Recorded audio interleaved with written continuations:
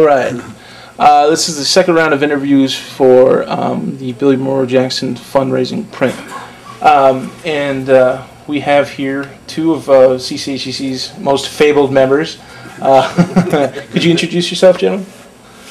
I'm Mike Doyle, and I was one of the early members of the Healthcare Consumers and was executive director on a couple of different occasions over the last 30 years.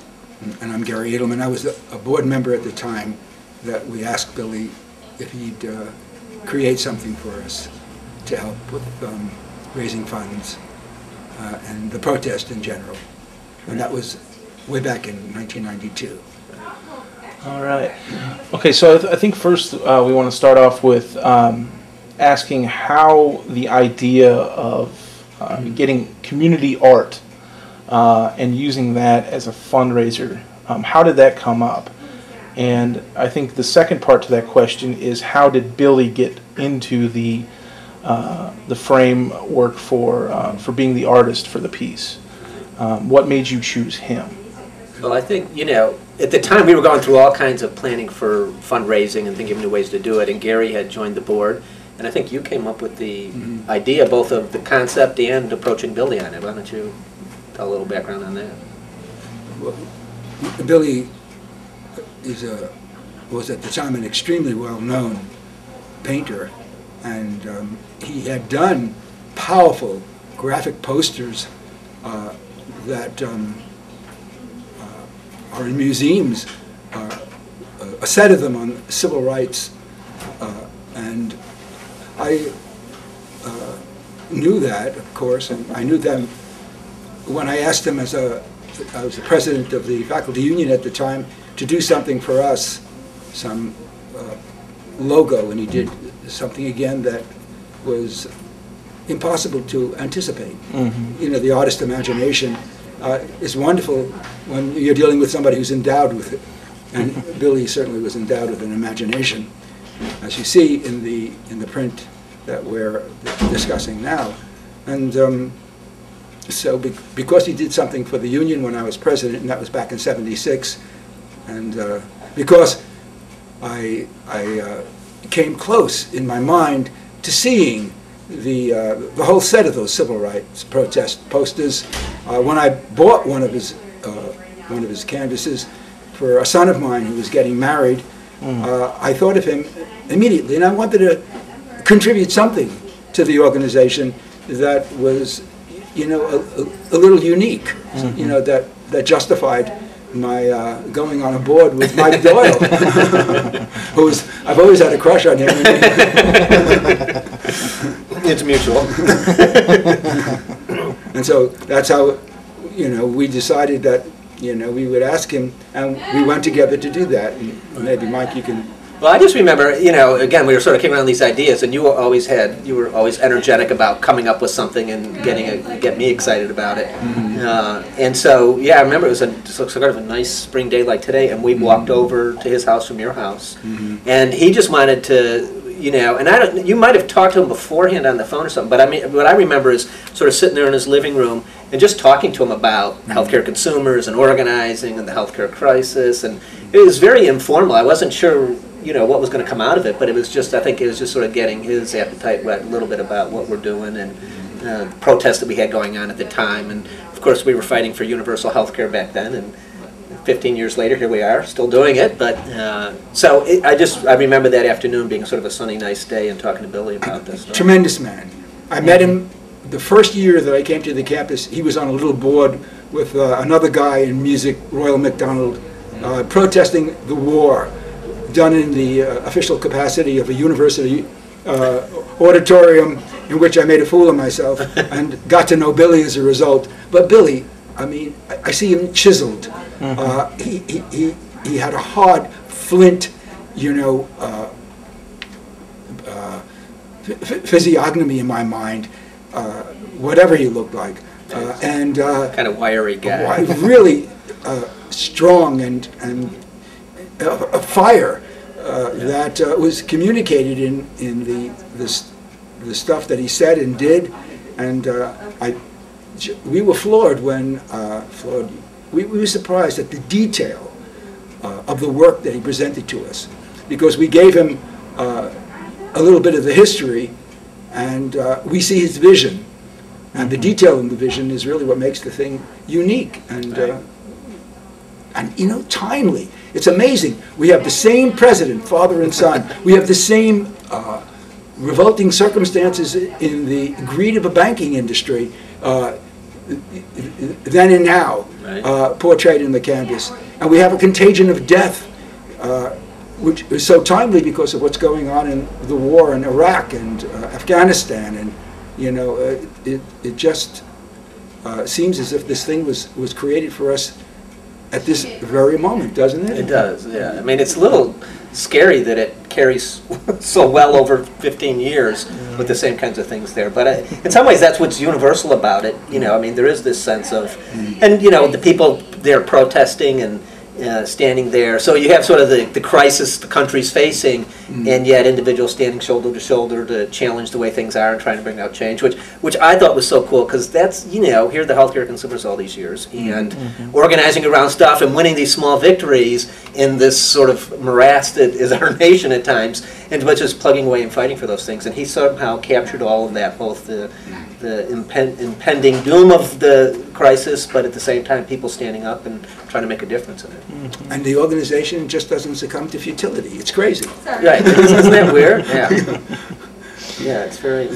And yeah, I remember, so we went over and we talked to him, and you know, again, it was sort of, I wasn't sure what was going to come out of it, and then, and I hadn't seen the civil rights posters that you had mentioned, so I had no idea really what we'd be seeing. And I remember when we came back, I don't know, it was a few weeks later, a couple of months later, and actually he took us into a studio, and it was mostly done.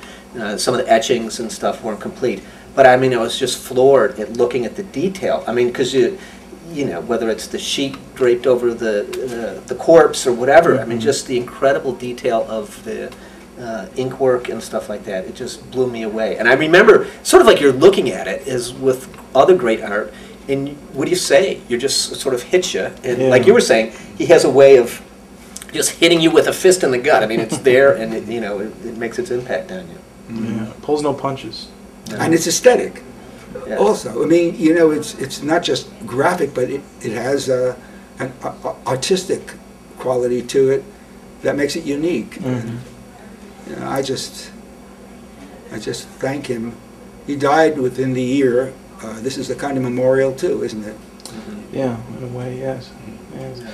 Now, you had mentioned the protest. There was a protest going on, or the startings of a protest. Now, what exactly, was that around the war at the time, or was that healthcare in general?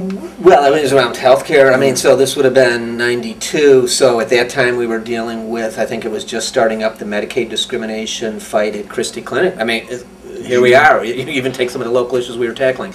I mean, where the clinic, the doctors weren't taking new Medicaid patients. We had a couple of cases, particularly pregnant women, who started seeing an obstetrician when they were pregnant, and then went on Medicaid over the course of their pregnancy, and were no longer allowed to go in, and led to a huge fight over a couple of years with Christie Clinic. And eventually, there was that march outside of Christie. That Monty, you know, Monty Bazell, I remember there. She was chair of the board at the time, and sort of up front. Yeah, and you know, they agreed to change their policies and stuff like that. So again, it was that sense of standing up to the powers that be, and in some ways, it's the same issues that we tackle today. Right, because didn't we just go into Iraq then too? Yes, it was the Iraq War. It just Iraq War won. Yeah, it's hard to kind of and the terrible first bombing of the World Trade Center.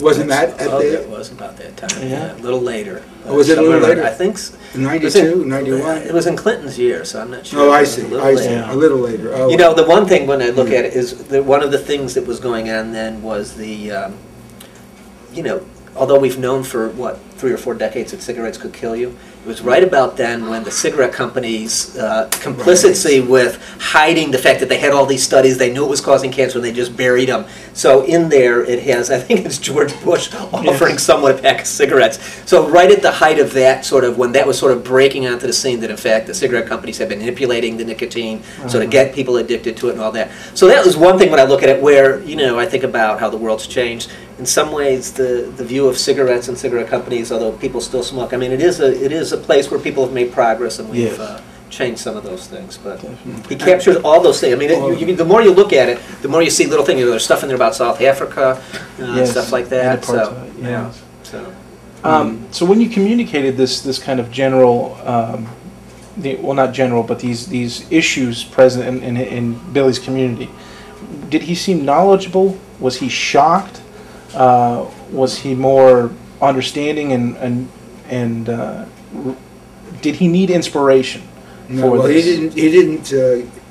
I mean, my recollection. I mean, I'm a fading professor, but what I recall, you may have a different impression, is that he didn't show very little. He showed very little emotion right. to us. I mean, Yeah, it wasn't clear what we were doing there. In some ways, No. I mean, I left and it was like, oh, that was nice, but you know, But- from that something's going to come. but you know, it's amazing. There was an eruption, something that, of course, you know, the challenges in the work and the art itself, you know, creates the challenge for the artist. You don't have to be, you know, a cafe-inspired ideologue.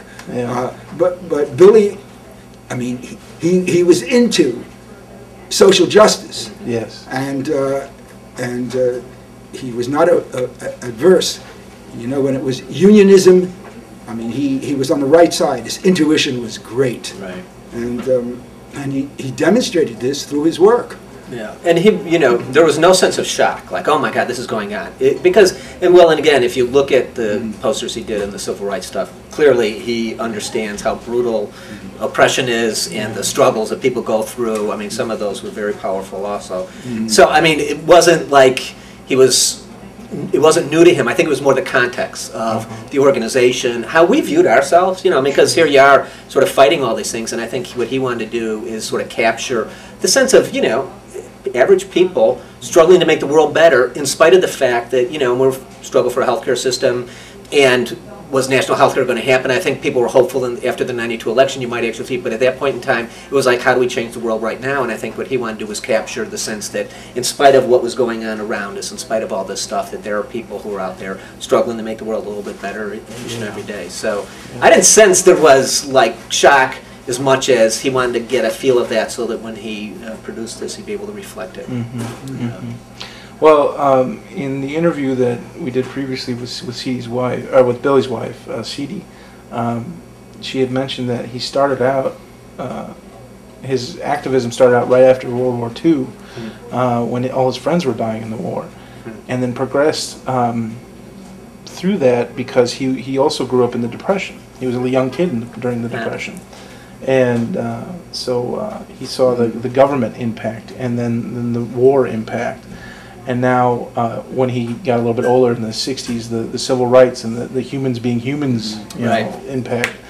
Yeah, he was a seasoned veteran of all those fights. You know, when you were saying that, I was thinking two people who I have that same image of is Woody Guthrie and Jack Kerouac. I mean, there was something about, you know, he's a sort of a thin, wiry guy, but, you know, you got the sense he was gritty and understood the gritty side of life and was in touch with it, so. But he wasn't the romanticist in this picture. Let me tell you, I mean, the issue is set up against the contagion of death. That's it's true. powerful. It's very powerful. Yeah, and I don't know how many, I think this is the only work he did on universal health care, I don't know, on the theme of the struggle for universal health care.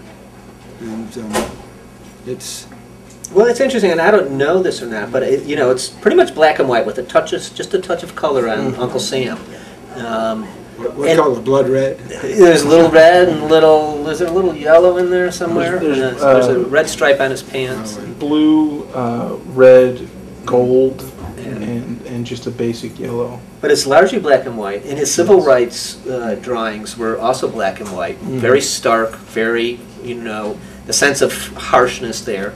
But then you see some of his murals around town, and you know, I remember seeing one at the State Capitol building. He's got a mural up there. He's got one over at Busey Bank. They're very colorful. They're very, you know, vibrant and bright and a lot of life and everything like that. So, and I don't know if it's true of all of his political work, but this stuff had sort of a rawness and an edge to it that wasn't as much in some of his more commercial stuff when he would do murals in town and stuff like that. And there's always something, I think, in this as well, ambiguous, you know, not quite clear. I mean, here's death having a glut because of failed universal health care, and yet seems to be raising a dead child to Uncle Sam. And you wonder, in terms of the theme, is he embarrassing Uncle Sam? Or is he thanking Uncle Sam? You know, I mean, exactly how would you, maybe am I right about that detail? Yeah, well, no, it is, you are. I mean, I hadn't thought about in terms of presenting the child, holding the child up with Uncle Sam sort of looking down in shame. Well, having death thank you period may in itself be embarrassing when you're supposed to be governing over your But people. death, Grant said to me, looks sad.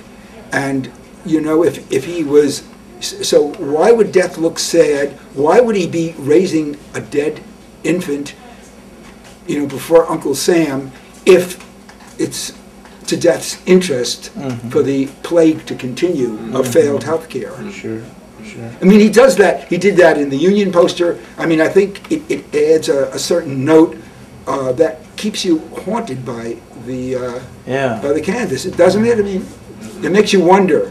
It's not all graphic simplicity. Yeah, yeah.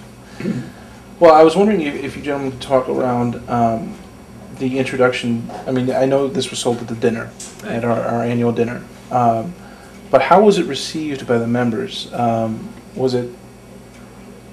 Did some people think it was too radical? Did some people think it was just this amazing piece of this treasure to hold on to? Some people indifferent about it. How was it received? Well, I mean, I don't remember hearing feedback that it was too radical. It was a fairly radical audience, I think, we were dealing with. They were comfortable with it. I think it would be more, when people heard that there was Billy Morrow Jackson and all that stuff, there was a certain buzz. Because I remember that we auctioned one or two of them off.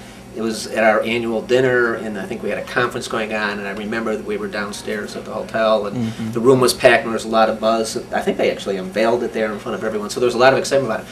I would say for people it was more, not some, you know, because again, he has some work in town here where there's these murals, where it's more, I don't want to say a celebration of life, but it's a little more something you can picture in your family room on a wall, a nice thing like that, or in the bank where I think there's one. Sure. This was not something that, you know, you're going to put in behind the sofa in the living room, because it is very hard hitting and stuff like that. So I think it was more that I think if there was a reaction, it was how raw it is and presenting the issue and stuff like that. So I don't know if you remember feedback or comments from people.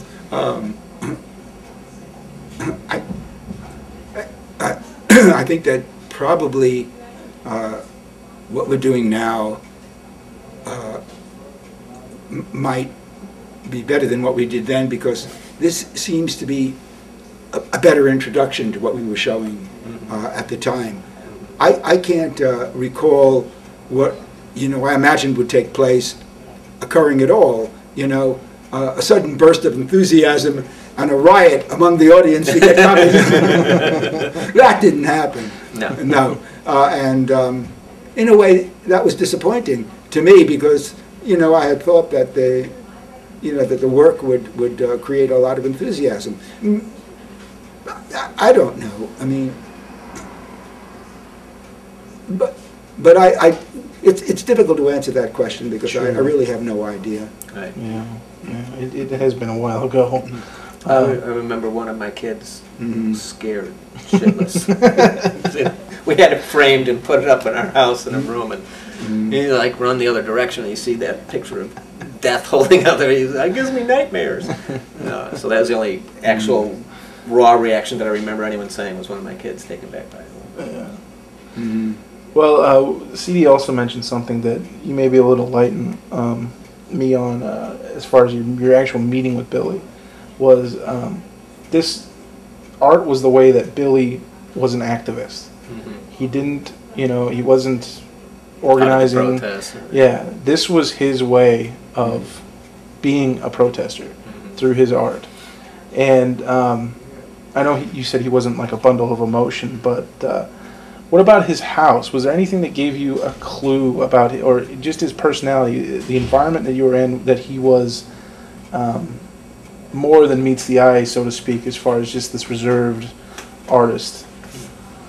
Well, I don't know if I would have said reserved, but because I remember we were sitting there talking, and in my mind, and I just don't know if it was the first visit, but there was a TV on over somewhere when we first got there, and I just remember, it's like on CNN or something like that, because it sort of triggered some of the conversation just about the world and what's going on, and Sure, you know, sort of sure. that sort of stuff. I mean, so he was very outspoken in his opinions. You know, I mean, wasn't like Gary and I were educating Billy at all politically. Yeah. He has certainly had his strong feelings about it, so it was much more of a, you know, commiserating about the state of the world and what's going on. I mean, we talked about the group, but I mean, it was very into the conversation. It wasn't, I shouldn't say he was just like absorbing what we were saying. I just remember it was sort of a give and take. That's why it was, when it was over, it was like, oh, that was it, you know. And then when he had us come back there, I had no idea what to expect, but it was pretty significant. The few faculty members that protested the American involvement in Vietnam,